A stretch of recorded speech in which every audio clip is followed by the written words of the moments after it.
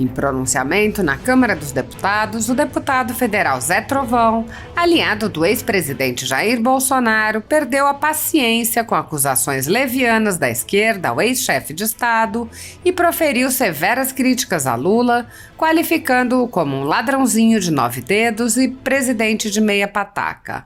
O parlamentar rebateu: a primeira coisa que tem que acontecer nesta casa é alguns parlamentares lavarem a boca para falar o nome do Bolsonaro.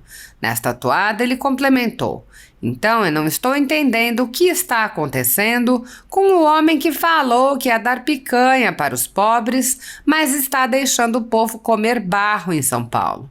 Se São Paulo não tivesse um governador como Tarcísio, que tem responsabilidade, o estado estaria à míngua. Se depender desse presidente de meia pataca, chamado Luiz Inácio Lula da Silva, o povo pobre vai morrer de fome ou vai ter que comer a lama dos desastres que acontecem. Dessa forma, o congressista se enfureceu e humilhou Lula.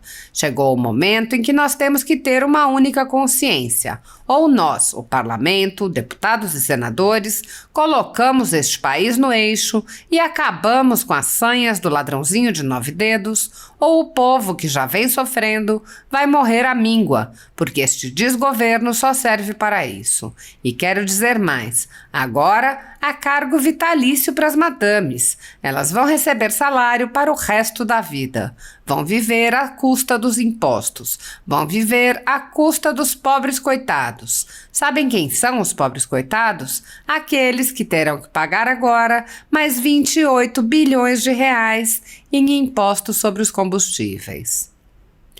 Apoiadores do ex-presidente Jair Bolsonaro e pessoas que apenas têm um discurso diferente do imposto pelo cartel midiático vêm sendo perseguidos, em especial pelo judiciário.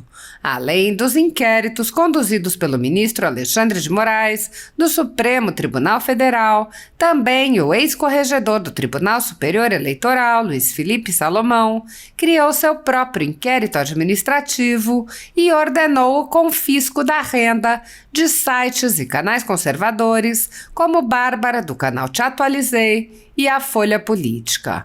Toda a receita gerada pelo nosso jornal desde 1º de julho de 2021 está bloqueada por ordem do TSE, com o aplauso dos ministros Luiz Roberto Barroso, Alexandre de Moraes e Edson Fachin.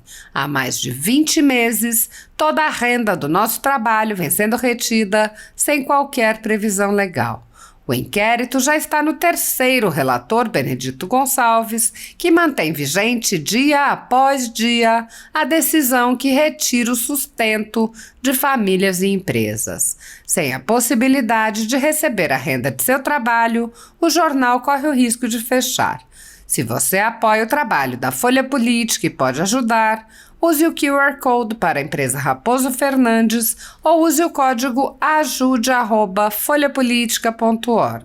Caso prefira, há a opção de transferência bancária para a conta da empresa Raposo Fernandes, disponível na descrição deste vídeo e no comentário fixado no topo. Há 10 anos, a Folha Política faz a cobertura da política brasileira, mostrando atos, pronunciamentos e eventos dos 3 poderes, quebrando a espiral do silêncio imposta pelo cartel de mídia que quer o monopólio da informação. Pix ajude@folhapolitica.org. Assista. A primeira coisa que tem que acontecer nessa casa é alguns parlamentares lavar a boca para falar do nome do Bolsonaro e dizer que o presidente Bolsonaro matou 700 mil pessoas. Isso sim é um crime contra a honra do presidente Jair Messias Bolsonaro.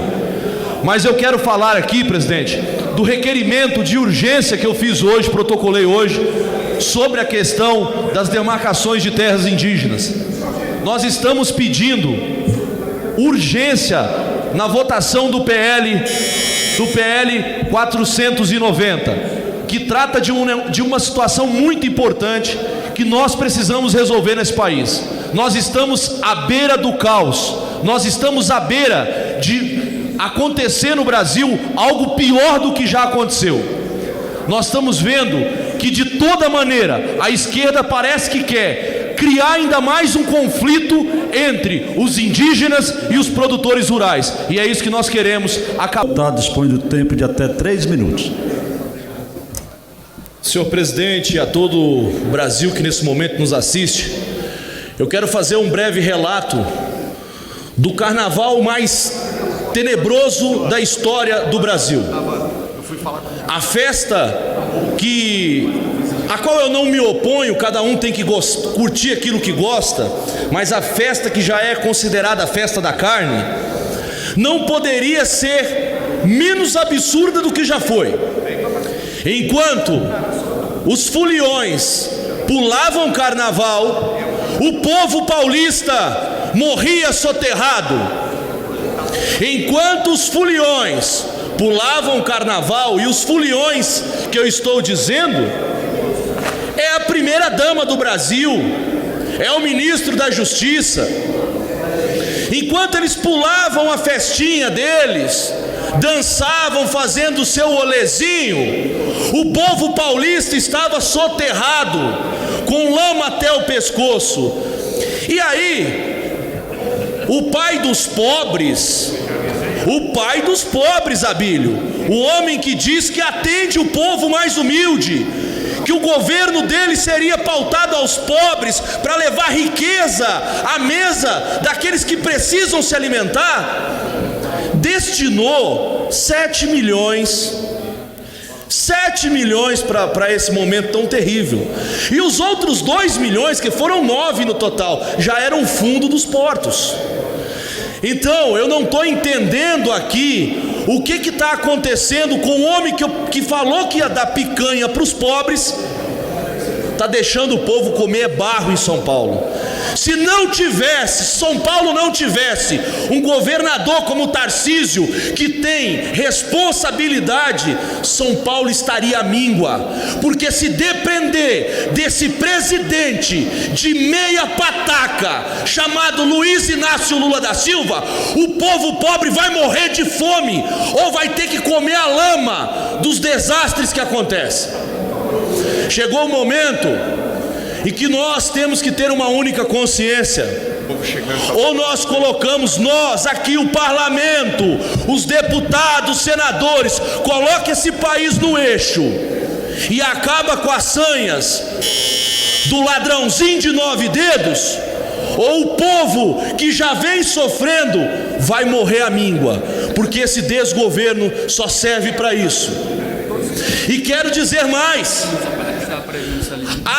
agora tem cargo vitalício para as madame, vão receber salário para o resto da vida, vão viver às custas dos impostos. 30 segundos para completar, senhor presidente.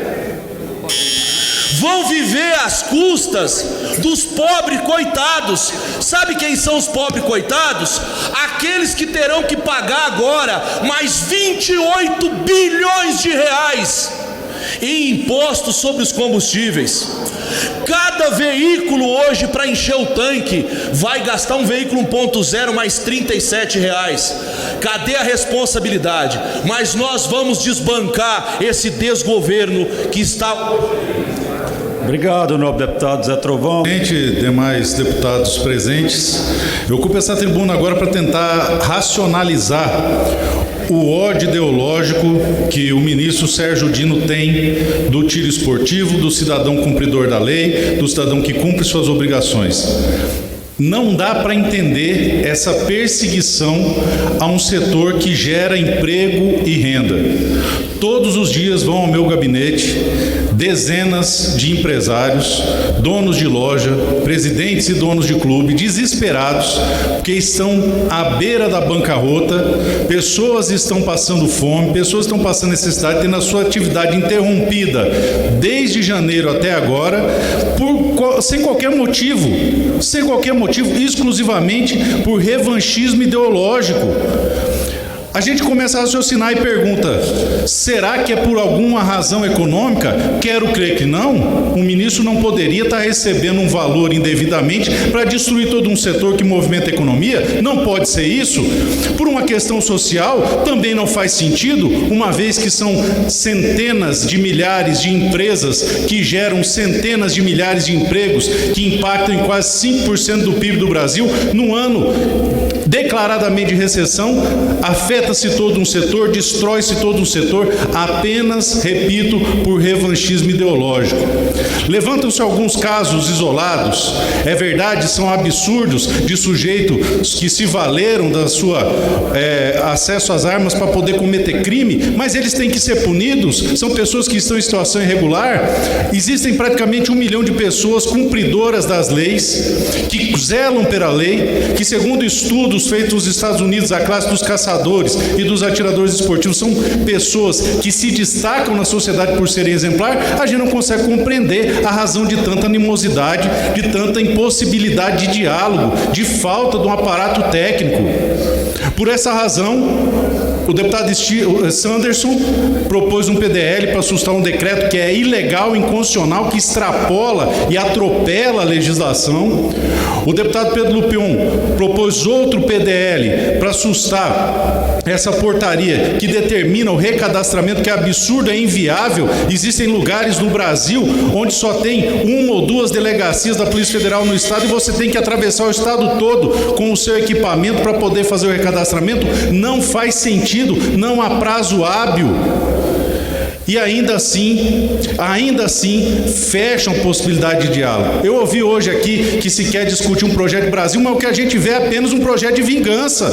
Isso é um grandíssimo absurdo, tirar o emprego de centenas de milhares de pessoas que cumprem a lei, que agiram conforme a lei. Para concluir, senhor presidente, por essa razão, a deputada Júlia Zanata apresentou um pedido de urgência do PDL do deputado Sanderson, e eu peço aos colegas deputados que assinem o pedido de urgência para a gente salvar essas famílias que estão passando necessidade.